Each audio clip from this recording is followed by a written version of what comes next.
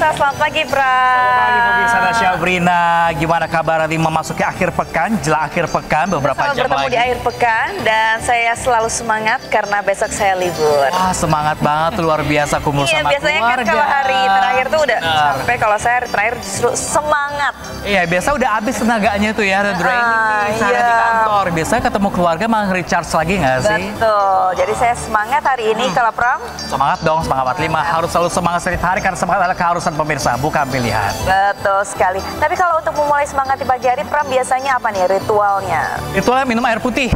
Air putih? Ya, karena minum air putih kayak selama kita tidur itu kan mengendap semuanya tuh. Kotoran segala macam, kalau minum air putih langsung seger. Habis itu apa sarapan atau berolahraga belum, sedikit? sarapan belum lagi, sarapan tadi sekitar jam 10-an atau jam 10. Oh, sarapan jam 10 ya. Kalau saya sih udah sarapan dulu, makan roti gandum dan ngopi. Oh, sehat ya, harus ada baru kopi bisa ngobrol ya. sama Pram, kalau enggak saya nggak bisa connect. Ya, biasanya orang Indonesia harus pakai kopi dulu nih, biar lebih seleng lagi ya, biar lebih melek lagi ya. Pemirsa, ini meskipun di luar kayaknya agak-agak mendung ya, Syabrina ya. Tapi kita tetap semangat memberikan informasi terkini untuk pemirsa di rumah. Sapa pemirsa di rumah.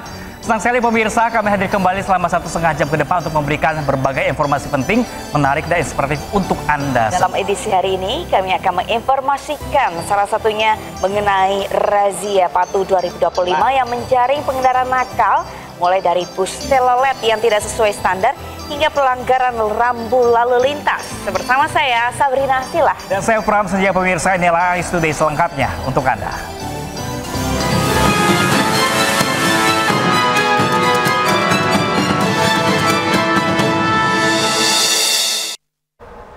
Pemirsa, kericuhan mewarnai penertiban pedagang kaki lima di Tulang Bawang, Lampung. Ya, pemirsa, pedagang ini menolak direlokasi dan melawan petugas saat lapak mereka ditertibkan.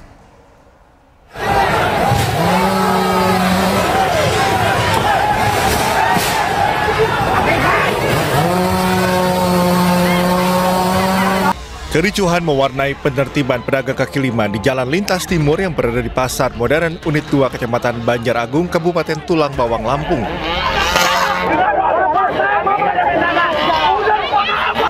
Sejumlah pedagang melakukan perlawanan, bahkan nyaris baku hantam dengan petugas gabungan Satpol PP dan pemerintah Kabupaten Tulang Bawang yang akan melakukan penebangan pohon serta merelokasi puluhan kios pedagang kaki lima.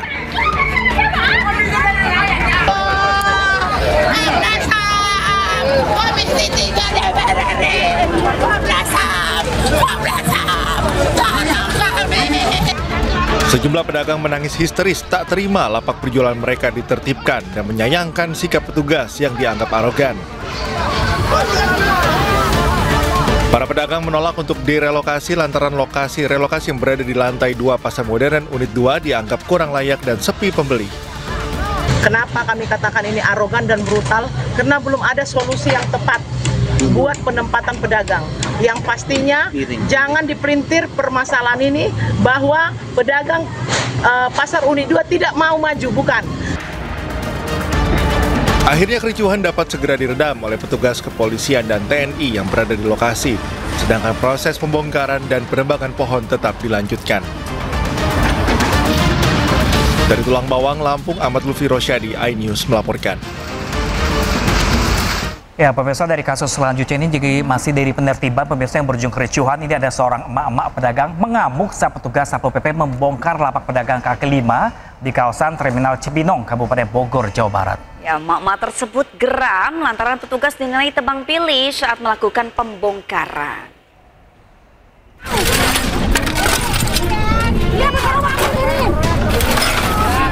Emak-emak pemilik kios dan warung makan ini mengamuk saat petugas Satpol PP melakukan pembongkaran lapak pedagang kaki lima di Terminal Cibinong, Kabupaten Bogor. Emak-emak ini geram lantaran petugas dinilai tebang pilih saat melakukan pembongkaran. Meski mendapat perlawanan dari pemilik kios warung makan, sebanyak 23 bangunan liar semi permanen dirobohkan oleh Satpol PP.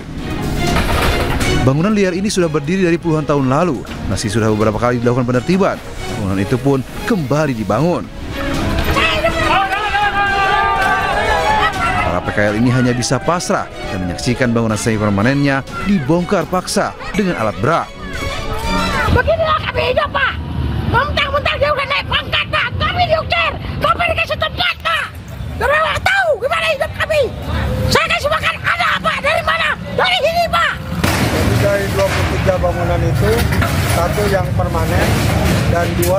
kami permanen.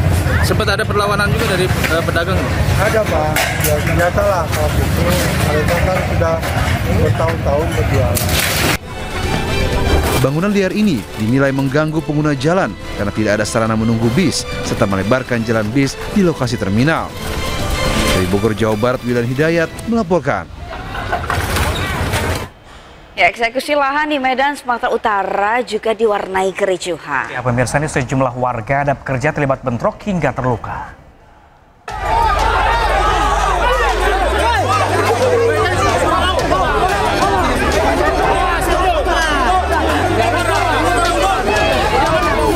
Kericuhan terjadi saat warga mengejar salah seorang pekerja yang hendak memasang pembatas saat eksekusi lahan seluas 17 hektar di kawasan Jalan Aluminium 1, Kelurahan Tanjung Mulia, Kecamatan Medan Deli, Kota Medan. Salah seorang warga yang diduga terlibat dalam pengejaran tersebut ditarik petugas dari kerumunan massa yang mengalami luka di kepala. Adapun tanah sengketa ditempati warga yang bermukim di 3 lingkungan selama puluhan tahun. Warga juga mengaku membayar pajak setiap tahun. Kita punya surat tanah antara si Parinduri dan kawan-kawan lah, kita nggak tahu tuh. Parinduri itu siapa? Parinduri itulah sebagai penggugat dan tergugat di sana. Kita tidak kenal. Dia belum pernah jumpa dengan...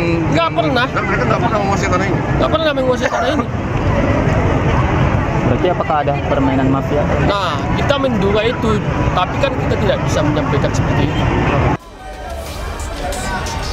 Kericuhan membuat eksekusi lahan pun ditunda. Dari Medan, Sumatera Utara, Yuda Bahar, A-News melaporkan. Ya, dari tadi informasinya tentang kericuhan semua ya. Semuanya eksekusi pemirsa, mulai eksekusi lahan sama eksekusi pedagang lapak kaki lima seperti itu. Kalau lahan mungkin tadi kalau kita lihat mungkin ada surat-suratan yang kurang dipenuhi, makanya menjadi masalah di situ. Harus dibenerin dulu nih. Betul, memang dan juga Perda ini juga mengatur sebenarnya memang para pedagang ini dilarang ya berjualan di pinggir jalan atau di trotoar seperti itu. Sebenarnya serba salah ya Sabrina ya. Karena kita ingin mematikan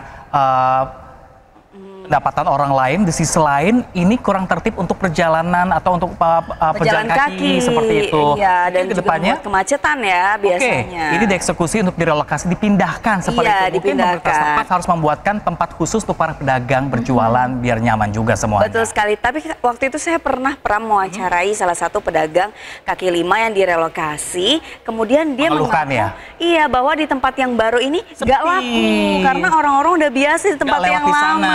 Iya, dan orang-orang dia sudah punya pelanggannya sendiri yang biasa beli di sana, dan dia tuh dan dia tuh mengeluhkan hal itu. Ya, PR dari pemerintah juga nih harus mencari atau meriset terlebih dahulu nih lokasi-lokasi mana ini ramai untuk para pedagang nanti. Iya. Jadi solusinya nemu nih pemirsa, pedagang dapat, pedagang pejalan kaki lima juga bisa jalan dengan nyaman. Iya, sehingga tidak hanya dipindahkan, tapi juga tetap pendapatannya juga bisa ya didapat dari untuk para pedagang-pedagang ini. Ya, petugas juga diimbau untuk humanis lagi ya, lebih memanusiakan manusia lagi ya, nggak sembarangan untuk menyita atau merusak barang-barang mereka karena kan mau dijual juga, buat makan juga ujung-ujungnya. Kita ke informasi selanjutnya pemirsa, ini masih tentang kericuhan Syabrina. Ini kericuhan mewarnai proses normalisasi saluran drainase di depan stasiun pengisian bahan bakar umum di Karawang, Jawa Barat. Ya, pihak SPBU menolak untuk dilakukan pembongkaran saluran drainase yang tepat berada di depan pintu masuk SPBU tersebut. Gue capek, udah begini. Warga bisa lu ada keluarga. Makanya Polisi bersama Muspika Kecamatan Batu Jaya terlibat adu mulut dengan pengelola SPBU di wilayah Desa Kerajaan, Kecamatan Batu Jaya, Kabupaten Karawang, Jawa Barat. Kericuhan ini terjadi lantaran pengelola SPBU menolak untuk dilakukan pembongkaran saluran drainase di depan pintu masuk SPBU karena dinilai akan mengganggu operasional SPBU tersebut. Pembongkaran dilakukan untuk proses normalisasi saluran drainase yang terhambat dan kerap membuat rumah warga terendam banjir. Warga pun geram dengan sikap arogansi pengurus dan pengelola SPBU hingga nyaris main hakim sendiri. Terus akhirnya berhasil membongkar proses normalisasi pembersihan drainase saluran air di sepanjang Jalan Raya Batu Jaya, Karawang. Emang warga kita kebanjiran karena gara-gara POM. Kenapa POM tidak mau dibongkar? Makanya saya turunnya langsung ke lapangan. Jadi kita sama Pak Polsek dan Pak Koramil. Diketahui saluran air atau drainase yang tersumbat di kawasan tersebut kerap menjadi penyebab rumah warga terendam banjir. Dari Karawang, Jawa Barat, Rudi Setiawan melaporkan. Pemirsa, 2 motor patroli Jalan Raya Polda Sumatera Utara diduga ugal-ugalan dan menabrak seorang lansia yang hendak menyeberang jalan. Ini warga geram pemirsa dengan tindakan petugas PCR tersebut. Inilah dia. Inilah dia, inilah. Ini orang polisi. PCR. Mana orang masyarakat. Rumah sakit Medika. Inilah video amatir warga saat terjadinya tabrakan antara 2 petugas PCR Polda Sumatera Utara dengan seorang lansia di Jalan Sisi Mangaraja, Kota Medan, Sumatera Utara. Diduga kedua petugas PCR tersebut ugal-ugalan dalam berkendara sehingga tidak melihat adanya seorang lansia yang hendak menyeberang jalan. Akibat peristiwa tersebut, korban mengalami luka di bagian kepala dan kondisi korban pingsan. Warga sekitar langsung evakuasi korban ke rumah sakit terdekat untuk mendapatkan perawatan medis. Setelah truk itu melaju, ibu itu mau menyeberang. Hanya ada kendalanya, memang ibu itu karena di belakang daripada pohon, jadi tidak terlihat oleh personil kami. Toto ibu itu langsung informasinya bahwa dia berlari, jadi langsung keluar daripada pohon itu pas setelah mobil itu melaju, mobil truk itu melaju, jadi ada di belakang mobil itu, dan personil kami yang sedang patroli yang berada di belakang mobil truk itu, secara mendadak akhirnya Bribda SR itu membuang ke kanan sehingga akhirnya ibu itu terkena, ya kalau kita katakan bahwa sabetan ya di box itu. Meski begitu, pihaknya akan tetap melakukan sanksi tegas terhadap petugas jika dinilai melakukan pelanggaran. Dari Medan, Sumatera Utara, Aminur Rasid, iNews melaporkan. Sementara itu, pemirsa, seorang juru parkir liar ribut dengan petugas saat razia tim gabungan di Jakarta. Keributan dipicu dari pengelola parkir liar yang menggunakan atribut TNI. Iya, tugas ini yang ngajak ngomong. Tahu tapi kamu belum bilang. Saya. Aksi adu mulut terjadi antara petugas gabungan Pemkot Jakarta Barat dengan pengelola parkir liar di depan pusat perbelanjaan di Jalan Tanjung Duren Timur 2, Grogol, Petamburan, Jakarta Barat. Selain bersikap tak sopan, keributan ini terjadi lantaran pengelola parkir liar menggunakan atribut TNI saat menjaga parkir. Aparat polisi militer yang turut mengawal operasi ini pun geram. Keributan berhasil diredam setelah atribut TNI yang digunakan juru parkir liar ini disita. Dalam razia ini, petugas gabungan menggembosi ban kendaraan yang parkir di bahu jalan. Total ada 150 kendaraan roda 2 yang dicabut pentilnya. Petugas pun memperingatkan juru parkir liar jika masih melakukan aktivitas parkir yang mengganggu kelancaran arus lalu lintas. Dari Jakarta, Miftahul Gani, iNews melaporkan. Pemirsa, seorang pria nekat menjual sepeda motor tetangganya di Tambora, Jakarta Barat. Ya, pemirsa, namun setelah ketahuan, pelaku menangis akibat jadi sasaran amukan warga.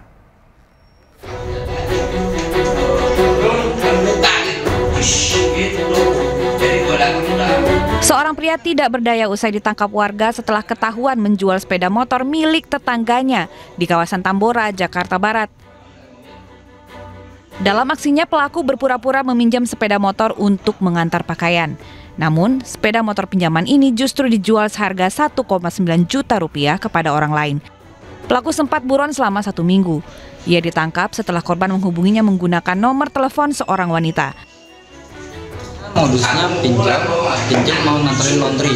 Nah, dia dengan paksaan, saya udah gak ngasih, tetap maksa. Akhirnya saya ngasih karena udah bertetangga kerjaannya, jadi saya ngasih, dan di hari itu langsung udah aktif, nomornya hilang. Pelaku kemudian dibawa ke Polsek Tambora, Jakarta Barat untuk mempertanggungjawabkan perbuatannya.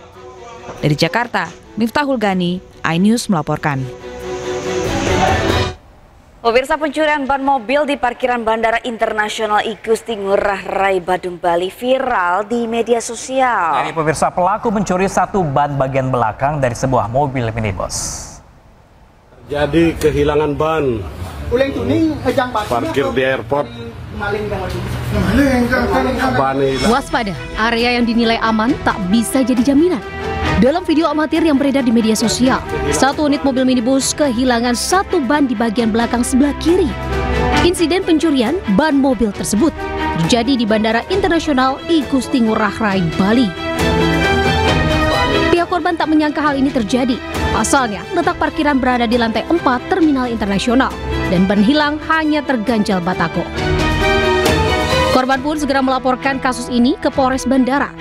Dan petugas pun melakukan penyelidikan termasuk para saksi dan CCTV di sekitar lokasi. Laporan kami terima, kami minta tim untuk melakukan penyelidikan dan sementara saat ini tim masih melaksanakan penyelidikan. Sudah langsung ditindaklanjuti oleh pengelola kami, langsung ketemu dengan korban dan langsung berganti kendaraan. Bandara terjadi sama kali. Dan kita akan perkuat koordinasi dengan. Seperti itu apa memang seperti itu? Meski baru pertama terjadi, langkah sementara, pihak pengelola Bandara I Gusti Ngurah Rai telah mengganti ban dan velg mobil korban yang hilang sebagai bentuk pertanggungjawaban. Dan kasusnya masih dalam penyelidikan lebih lanjut. Dari Badung, Bali, Indira Ari melaporkan. Ya, ini syukurnya ya pihak dari pengelola bandara mengganti rugi kehilangan ban salah satu ban belakang mobil tersebut ya. Tapi tetap aja ya, Pram. Jadi was-was bagi pihak bandara. Kan sebenarnya kan sudah membayar ya uang parkir ya agar bisa aman diparkir di sana, tetapi kecolongan juga. Jadi di warning juga tuh pemirsa semua yang mungkin ya, siapapun tuh mau bawa perkendaraan, mau motor kah, mau mobil kah, mau taruh dimanapun, apakah itu tempat aman, harus benar-benar berhati-hati sih. Tapi nggak mungkin kan ya mobil motor dimasukin kantong saku nih kalau bisa kalau begitu ya. Iya ya, walaupun setirnya sudah dikunci, juga tetap aja kalau ban ini kan tetap bisa diambil. Lebih ketat lagi untuk pihak pengelola apapun itu, mau mall ke, mau bandara kayak semuanya ya. Jadi untuk lebih aman lagi untuk pengunjung dan juga si perusahaan tersebut itu sendiri. Ya, termasuk tadi ya untuk agak lucu ya tadi ya. Iya, tadi yang dicuri tetangga. Ini harus waspada juga ya berarti. Iya. Ini konsepnya gimana? Kadang-kadang ya orang kalau lagi susah, lagi butuh duit kayak hilang akal sehat jadinya gitu ya. Ya, jadi bagi pemilik motor juga tetap harus hati-hati ekstra menjaga kendaraannya. Walaupun ada tetangga-tetangga, ternyata tetangga tidak melindungi ya. Atau mungkin karena udah saling percaya, kenal kan seperti itu kan ya. Mungkin ya berhati-hati lagi lah seperti itu. Apapun mau tindak kejahatan apapun itu pasti bisa tercium lah apapun itu. Ya pemirsa, kita ke informasi selanjutnya ini yang lebih juga menghebohkan lagi pemirsa. Pendaki asal Belanda bernama Sarah Tamar van Houten dilaporkan terjatuh saat melakukan pendakian lagi-lagi di Gunung Rinjani, Nusa Tenggara Barat. Ya, selain itu Taman Nasional Gunung Rinjani akhirnya menutup sementara pendakian.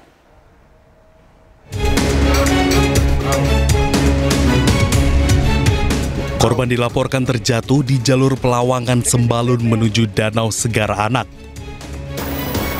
Tim rescue dari Pos SAR Kayangan segera diberangkatkan pada pukul 14.20 waktu Indonesia Tengah.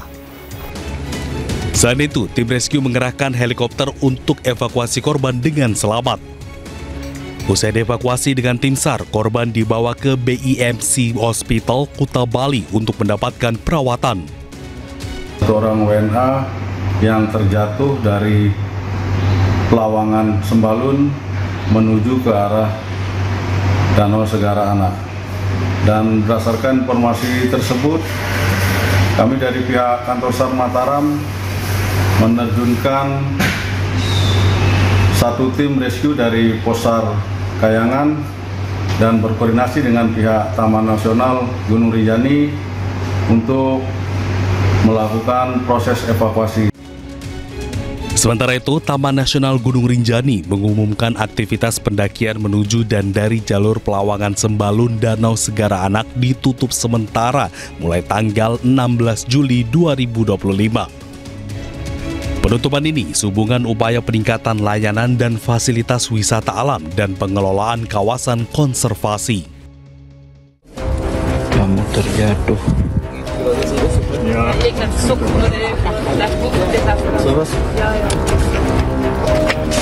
Dari sana. Sebelumnya, insiden kecelakaan di Gunung Rinjani kembali terjadi. Seorang warga negara asing asal Swiss bernama Benedict Marcel dilaporkan terjatuh di jalur pendakian menuju Danau Segar Anak, kawasan Gunung Rinjani. Korban berhasil selamat dan dievakuasi menggunakan helikopter. Tim Liputan iNews melaporkan.